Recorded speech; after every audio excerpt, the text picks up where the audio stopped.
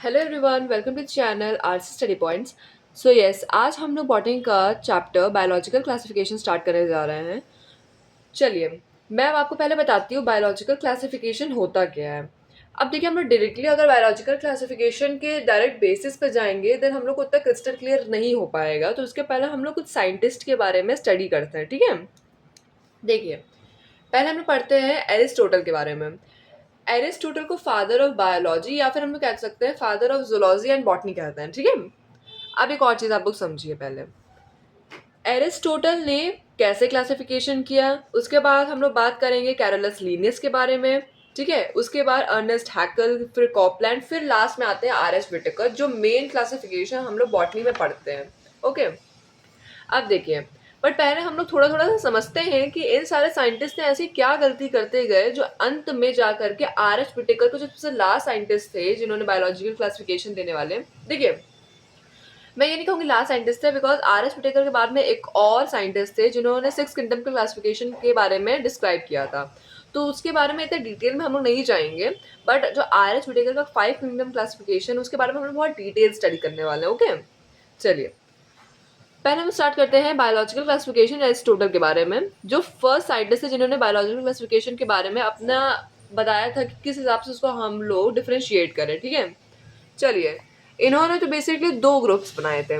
Aristotle ने दो groups बनाए थे, किसके बेसिस पे? On the basis of the morphology. अच्छा, पहले तो अभी जो लोग नए बच्चे हैं तो उनके दिमाग में पहले बात तो यही क्लिक करता है कि मॉर्फोलॉजी क्या होती है। मॉर्फोलॉजी का टर्म ही हम लोगों ने नहीं सुना है। तो पहले मैं आप लोगों को बता देती हूँ कि मॉर्फोलॉजी होती क्या है। कोई जैसे जो एक्सटर्नल फीचर होता है प्लांट का, जो हम लोग देख सकते हैं, लाइक प्लांट का कलर देख सकते हैं, जो उसकी लाइक जितनी भी मॉर्फोलॉजी तो एक्सटर्नल फीचर जो हम लोग देख सकते हैं उसी को हम लोग कहते हैं मॉर्फोलॉजी, ठीक है। अब देखिए, इन्होंने दो ग्रुप में किया था। एक तो था प्लांट्स, दूसरे थे एनिमल्स, ठीक है। प्लांट्स में इन्होंने किया था हर्ब्स, श्रब्स एंड ट्रीज, ठीक है। और एनिमल्स में इन्होंने करा तो था, बट उतना ज्यादा ये तो बिल्कुल ही बेकार माना गया था फिलहाल। क्योंकि देखिए, इन्होंने एनिमल्स को किस बेसिस पे किया था? एक तो आरबीसी प्रेजेंट और दूसरा आरबीसी एब्सेंट के बेसिस पे किया था। अच्छा भाई, कईयों में आरबीसी पाई जाती, कई में आरबीसी नहीं पाई जाती। अच्छा, जिनमें आरबीसी पाए जाते हैं उसमें हम कहते हैं एनीमिया, एनिमा, और जिनमें नहीं पाए जाते उसमें कहते हैं एनेमा, ठीक है। तो थोड़े इंपॉर्टेंट बायोलॉजिकल टर्म्स हैं जो आप लोग को याद रखने चाहिए। अब देखिए, बट इनका ये जो था, ये वाला क्लासिफिकेशन एरिस्टोटल का बिल्कुल ही फेल हो गया था। क्योंकि अब देखिए, आप लोग पहले पॉइंट समझिए। इन्होंने ना प्रोकैरियोट्स यूकैरियोट्स को अलग अलग किया, ना यूनिसेलुलर मल्टीसेलुलर का अलग अलग किया, ना ही तो इन्होंने कोई कैरेक्टर्स के डिफरेंट ग्रुप बनाए। कुछ तो ज्ञान इन्होंने डायरेक्टली बता दिया, जो एनिमल जिनके अंदर आरबीसी है वो हमारे लाइक इसमें हो जाएंगे, और आरबीसी जिनमें नहीं है वो इस वाले ग्रुप में हो जाएंगे। तो ये इस तरीके से कोई भी डिफ्रेंसिएशन आसानी से नहीं हो पाया, क्योंकि इसमें साइंटिस्टों को भी बहुत मेहनत लगी ढूंढने में, ठीक है। तो इनका ये बात, जो बायोलॉजी क्लासिफिकेशन का पहले साइंटिस्ट था, उनके ही पहला क्लासिफिकेशन बिल्कुल इनकरेक्ट हो गया था। सेकेंडली आते हैं कैरोलस लीनियस, जिन इन्होंने दो किंगडम क्लासिफिकेशन दिया था, ठीक है। अब टू किंगडम क्लासिफिकेशन उन्होंने कैसे दिया था? प्लांटी और एनिमेलिया के बेसिस पे। अच्छा, आप आर एस पिटेकम में दो, जैसे पांच टोटल फाइव किंगडम क्लासिफिकेशन होता है, तो उसमें क्या क्या होता है? Monera, protista, fungi, Plantae and animalia. तो प्लांटी और एनिमेलिया को तो दिया था कैरोलस लीनियस ने, ठीक है। अच्छा, आप लोग ये भी सोच रहे होंगे कि भैया, जब आर एस विटेकर ने इन लोग को, इनको लाइक अडॉप्ट लिया था, इनको ये इनका भी क्लासिफिकेशन इवेंट दो है, तो इसको फिर ये ऐसा ऐसे क्या डिसएडवांटेज हुआ जो इसको इनको नहीं माना जाता है? वो मैं आपको बताती हूँ क्या हुआ। देखिए, प्लांटी और एनिमेलिया के बेस में किस पे किया था? पहले तो सेल वॉल प्रेजेंट होगी तो प्लांटी, एब्सेंट होगी तो अच्छा, इतना तो आप लोगों को पता ही होगा कि हम जैसे एनिमल्स के अंदर सेल वॉल नहीं पाई जाती, सेल मेम्ब्रेन पाई जाती है, जिसको हम लोग प्लाज्मा मेम्ब्रेन भी कहते हैं, है ना। अब जैसे लोकोमोशन, लोकोमोशन अगर नहीं होगा, जो चलते नहीं होंगे वो होंगे प्लांट, जो चलते होंगे वो होंगे animals. Mode of nutrition auto, mode of nutrition animals का कैसा होता है? हेट्रो। अब रिस्पॉन्ड टू स्टिमुलाई, ये रिस्पॉन्ड नहीं करेंगे। अब लाइक इनको हम लोग टच करेंगे तो रिस्पॉन्ड नहीं करेंगे, बट ये गलत है ना। क्योंकि देखिए, कई सारे ऐसे प्लांट होते हैं जिनको टच, जो वो छुई मुई का पेड़ आप लोगों ने सुना होगा, है ना, उसको हम लोग टच करते हैं तो टिल्ट हो जाता है। तो भाई तो गलत है ना, रिस्पॉन्ड दिया स्टिमुलाई पे तो इन्होंने रिस्पॉन्ड कर दिया प्लांटी ने। और एनिमल्स, एनिमेलिया जो होता है वो रिस्पॉन्ड स्टिमुलाई, चलो ये वाला तो उनका पॉइंट सही था, ठीक है। इन्होंने एग्जाम्पल क्या क्या दिए प्लांटी में, ये देखिए। एग्जाम्पल इनका था algae, ब्रायो, टेरिडो, diatoms, dinoflagellates and fungi.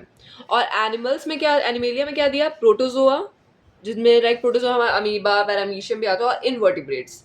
ठीक है, चलिए अब मैं आपको बताती हूँ इनके डेमेरिट्स क्या थे। अब डेमेरिट्स वालों प्लीज कंफ्यूज मत हो जाइए कि डेमेरिट्स ये क्या बता रही है। डेमेरिट्स कुछ और नहीं होते, डिसएडवांटेज क्या थे यही मैं आपको बताना चाह रही हूँ। ठीक है, समझिए। देखिए जो इन्होंने क्या कहते हैं, कैरोलस लीनियस ने जो क्लासिफिकेशन, टू किंगडम क्लासिफिकेशन दिया था, इनके डेमेरिट्स ये थे कि इन्होंने पहली बात तो यूनिसेलुलर मल्टीसेलुलर ऑर्गेनिज्म को सेम ग्रुप में रख दिया। देखो आप, मैंने जो अभी आपको 5 जो डिफरेंशिएशंस बताए, सेल वॉल के बेसिस पे, लोकोमोशन के बेसिस पे, रिस्पॉन्स टू स्टिमुलाई के बेसिस पे, और मोड ऑफ न्यूट्रिशन के बेसिस पे, बट बेटा कहीं भी इनके बारे में ये तो था नहीं कि ये यूनिसेलुलर अलग होंगे, मल्टीसेलुलर अलग होंगे, ये तो था नहीं। तो अगर ये अलग अलग नहीं होंगे तो इनको हम लोग सेम ग्रुप में रख कैसे सकते हैं? बात सही है कि नहीं सही है? तो पहली बात तो यही उनकी गलत हो गई। दूसरे इनका डिसएडवांटेज क्या था, prokaryotes and eukaryotes were assign in the same group. जो प्रोकैरियोट्स थे और यूकैरियोट्स थे, मतलब प्रोकैरियोट्स में क्या होता है, बिल्कुल जिनमें न्यूक्लियर मेम्ब्रेन नहीं होती है, सब कुछ अजीब अजीब सा बिल्कुल पड़ा रहता है ना, और यूकैरियोट में वेल डेवलप्ड सिस्टम होता है, राइट। तो इनको भी इन्होंने सेम ही ग्रुप पे रखा, इनको भी इन्होंने अलग अलग नहीं किया, ये भी इनका डिमेरिट बन गया। Organism with similar character were kept in the different group. और इन्होंने क्या किया, जो ऑर्गेनिज्म के सेम सेम कैरेक्टर हैं, ठीक है, उनको इन्होंने अलग अलग ग्रुप पे रख दिया। अब जैसे लाइक एक, ये मेरे पास लाइक 2 पेन है, ठीक है। अब 2 पेन है, इसको देखें, ये 2 पेन है। अब इनकी क्या कैरेक्टर है, दोनों ही ब्लू पेन है और दोनों ही ब्लू में लिखते हैं, ठीक है। बट इन्होंने क्या किया, इन दोनों को ही अलग अलग ग्रुप में डाल दिया। बल्कि इन दोनों जो जो जो जो सिमिलर कैरेक्टर्स के होते हैं उनको तो सेम ग्रुप पे डालना चाहिए था, तो ये भी इनका गलत हो गया। No differentiation between autotrophic green plant and heterotrophic fungi. अब देखिए, अगर मैं आपको पिछले वाले पन्ने पे लेकर के जाऊं तो आपको थोड़ा समझ में आएगा। देखिए, एल्गी, पता ही होगा कि ये जो होते हैं हमारे, एक सेकेंड, या देखिए हमको पता है कि फंजाई जो होते हैं कैसे होते हैं, हेटरोट्रॉफिक होते हैं, बट तब भी इन्होंने उसको भी सेम ग्रुप में रखा। और जो ऑटोट्रॉफिक ग्रीन प्लांट्स होते हैं उनको भी इन्होंने सेम ही ग्रुप पे रखा, उनको भी अलग अलग नहीं किया। देखिए प्लांट में देखिए ना आप लोग, है कि नहीं। तो इनके 4 डिमेरिट तो बिल्कुल कसके वाले हो गए कि इनकी ही वजह से प्रॉपर इन्होंने अपना पूरा जो टू किंगडम क्लासिफिकेशन की धज्जियां उड़ा दी थी, ठीक है।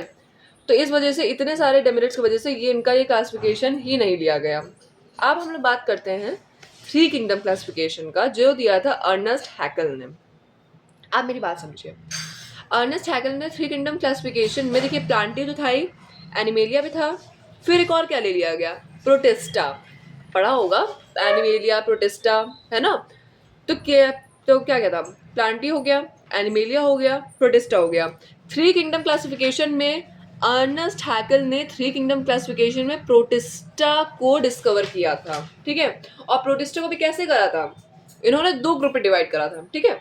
यूनिसेलुलर जो होंगे प्रोकैरियोटिक और यूनिसेलुलर यूकैरियोट्स। मतलब वापस समझाते हो, थोड़ा ध्यान से समझिए। अर्नेस्ट हैकल ने 3 किंगडम क्लासिफिकेशन मतलब Plantae, animalia, sorry Plantae, animalia और प्रोटिस्टा। अब इन्होंने लाइक प्रोटिस्टा तो अब नया हो गया ना, नया किंगडम क्लासिफिकेशन के अंदर आता ही है। तो अर्नेस्ट हैकल प्रोटिस्टा को भी किससे कैसे डिवाइड किया, 2 में डिवाइड किया और 2 ग्रुप्स में डिवाइड किया। Eventually I wanted to say that पहला तो है यूनिसेलुलर प्रोकैरियोट्स और दूसरा है यूनिसेलुलर यूकैरियोट्स, ठीक है। एक यूनिसेलुलर प्रोकैरियोट्स, दूसरा यूनिसेलुलर यूकैरियोट्स को अर्नेस्ट हैकल ने प्रोटिस्टा में 2 ग्रुप में डिवाइड किया। पहला था यूनिसेलुलर प्रोकैरियोट में डिवाइड किया और दूसरा यूनिसेलुलर यूकैरियोट में डिवाइड किया। आई होप क्लियर हो गया होगा ये चीज। अब मेरी बात दूसरी सुनिए। चौथे साइंटिस्ट थे कॉपलैंड। कॉपलैंड ने दिया 4 किंगडम क्लासिफिकेशन। अब 4 किंगडम क्लासिफिकेशन देखो बेटा, क्लासिफिकेशन देख रहे हैं आप लोग, तब से बढ़ रहे हैं, है ना।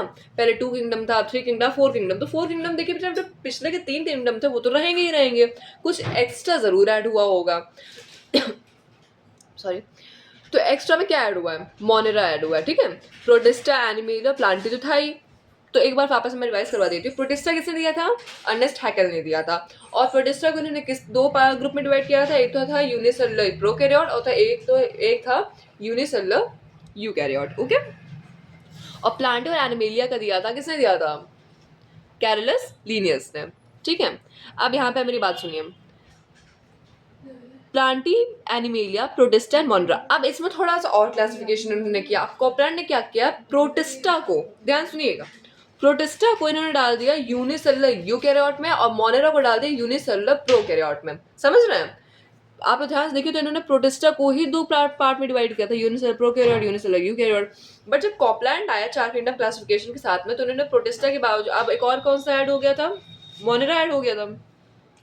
तो प्रोटिस्टा को फिर उन्होंने डाल दिया था यूनिसेलुलर यूकैरियोट में और मोनेरा को डाल दिया था यूनिसेलुलर प्रोकैरियोट में। मतलब इन दो वाले क्लासिफिकेशन के तौर पे इन्होंने ये वाला जो पार्ट दिया था वो मोनेरा को दिया था, ये वाला पार्ट दिया था प्रोटिस्टा को दे दिया था कॉपलैंड ने। ठीक है, और फिर यही आर.एस. व्हिटेकर ने भी इन प्रोटिस्टा और मोनेरा में इन दोनों के रिलेटेड कोई भी डिफ्रेंसिएशन नहीं किया था।